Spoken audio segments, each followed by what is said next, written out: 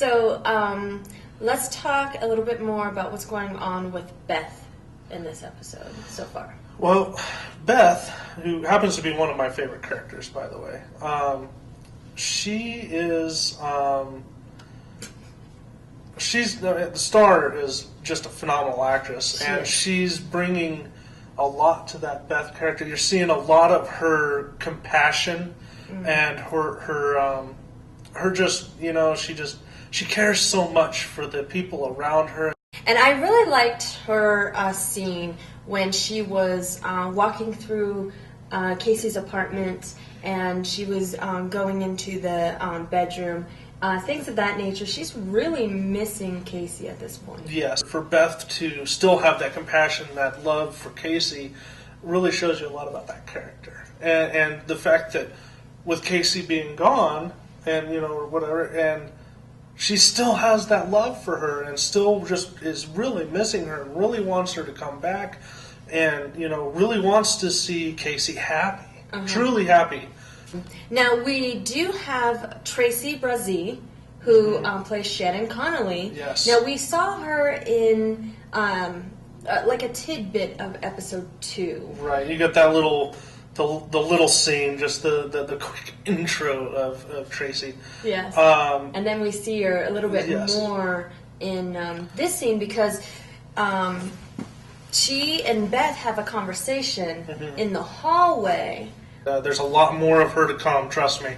That Shannon character is still coming around, and it's going to be a lot more to her as we go along in the story. But you're going to get you've had a little glimpse of her, and you're going to get a little bit more, and especially next week, you're going to get a lot more of her. Right. And a little bit later on in this episode, it's going to get pretty funny and stuff. So I'm pretty excited. I can't wait. You have to watch the rest of this episode. It's going to be fun. And we will, once we come back and we talk about the last half, we have to tell them the story about afterwards. Absolutely. And you're going to see a little bit more of the Shannon character develop, and some Beth, and definitely some Sasha. There's a really good scene of Sasha coming up. It's fun to work with Ren, the actress, and seeing you bring the Sasha character, because I really like the Sasha character. So Thank you. It's fun. Thank you.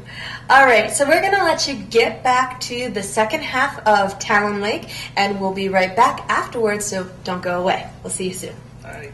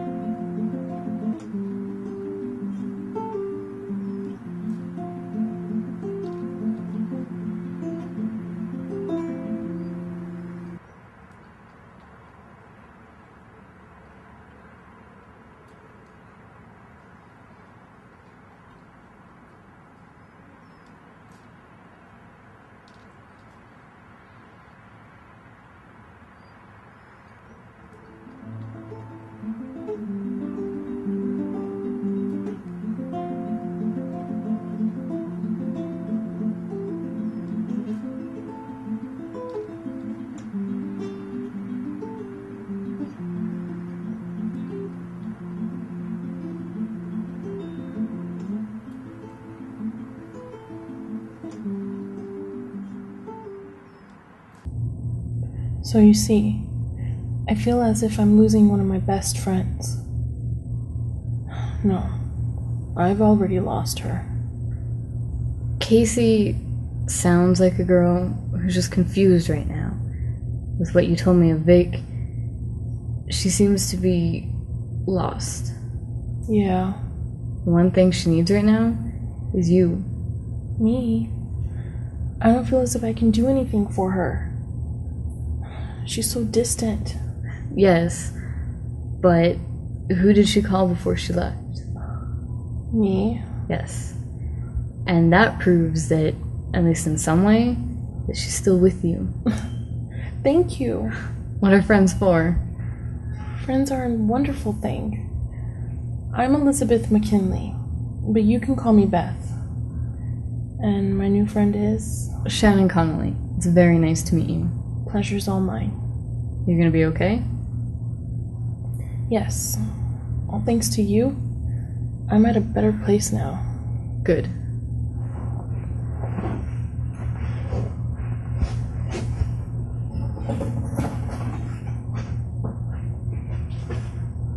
I'm in 702 if you want to come visit. We could talk some more. Okay. Sounds great. I just may take you up on your offer. Good. Take care, Beth.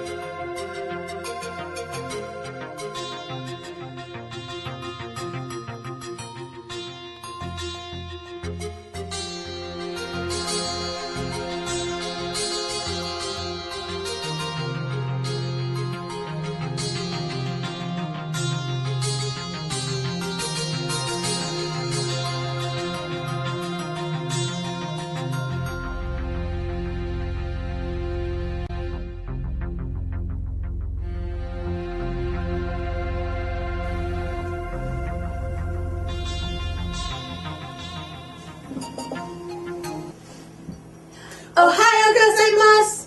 Hi everyone, I'm Yuteki. And I'm PeiPei. And this is The Yuteki and PeiPei Show. Today, we have a special treat for you. Yuteki and I had the opportunity to visit a local Arita porcelain studio and film a little segment that we would like to share with you. So, without further ado, we would like to present our homage to the wonderful art of Arita porcelain. Hi everyone, I'm Yuteki. And I'm PeiPei. And we are in an Arita porcelain studio. Today, we're going to show you how to spiral wedge, wheel wedge, and throw Arita porcelain. Arita porcelain came to Japan from China roughly about 400 years ago. And it came to the U.S. about 30 years ago by Inoue Manji Sensei. And as students of Arita porcelain, we want to say thank you to Sensei, which in Japanese would be Domo arigato gozaimasu. So, let's get started. Let's. So the first thing we have to do is get the clay, the Arita porcelain material that you have to have in order to wedge. The material itself is quite soft, moist, yet not too soft or moist. It gives consistency, yet stays firm. Okay? So, what you do is you want to get about a couple handfuls and then double that, and then we'll go wedge.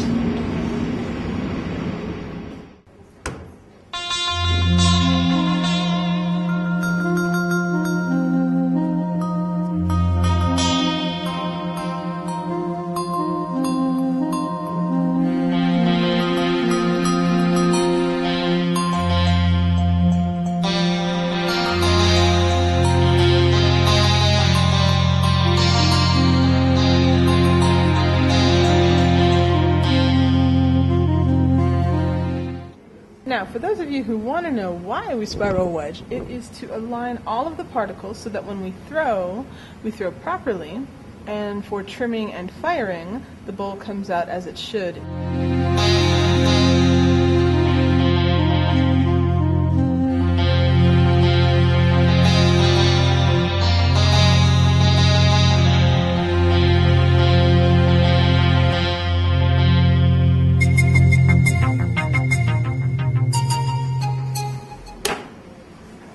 Okay, so this is wheel wedging, and the reason we do this is to still get the particles together and aligned so that you have a strong porcelain material, and then you can start from there. So I'm going to do the wheel wedging, and then PeiPei is going to actually throw a bowl. Ready?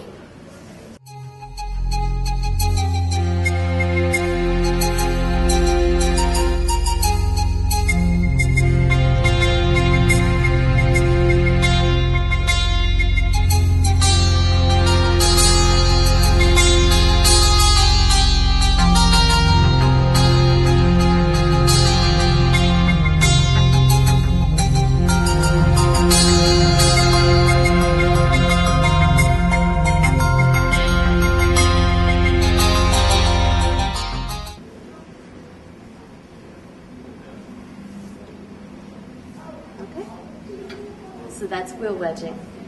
Now we get to see a bowl be thrown by our own PeiPei. Alright, well, as you just saw, Yuteki actually went ahead and was nice enough to wheel wedge for me, so that'll make my job a little easier. When you wheel wedge, there are several steps to throwing a bowl, and there are also several tools that we use. One of the tools that we use is this. It's called a nobebara, and as you can see, it's curved like this. It actually means cow's tongue in Japanese. Then you have this, and this is called a yoshibara, or a shaping rib. And this helps when you're almost done forming the bowl. You'll see how this works. And then we have a leather, and this allows you to smooth out the very edge of the bowl. And then a string, very simple little string, and this allows us to cut off the bowl. So, now to show you how to throw a bowl.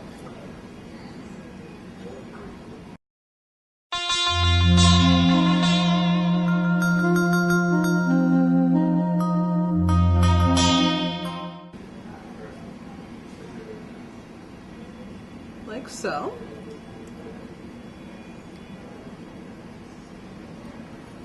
And this is your starting platform for a bowl.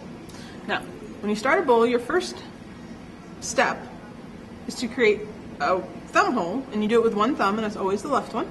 And you push your thumb down until it bends at the knuckle. Then you know it's deep enough. You pull out a little bit so that you're actually able to put two thumbs in there when you need to.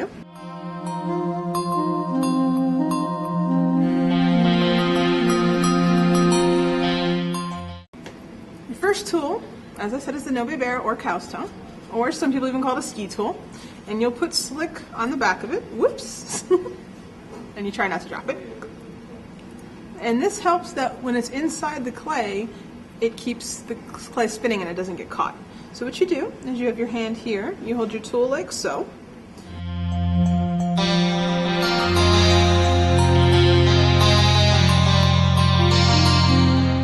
Your next step is going to be your leather. And you want to make sure your leather is wet. You're going to put it in this nice little position. And you're just going to run it around the edge very, very lightly. It helps to pull the edge in, it helps to make it formed so that it's not all ragged or anything like that. After that, you're going to do what's called a C-tweak. And a C-tweak, when you do it, you basically have your hand like this, and you're pulling into the clay, and it allows it to cut the bowl to some extent.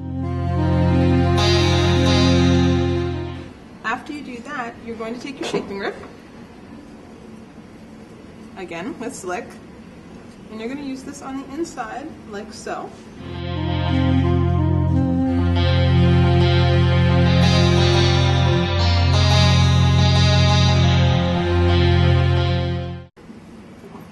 Then you take your string like so, and you cut as far down toward the clay as you can to make sure that you've got a good foot for when you go to trim. And then you twist and lift, and there is your bowl. And that is how you throw a bowl in a reed of porcelain.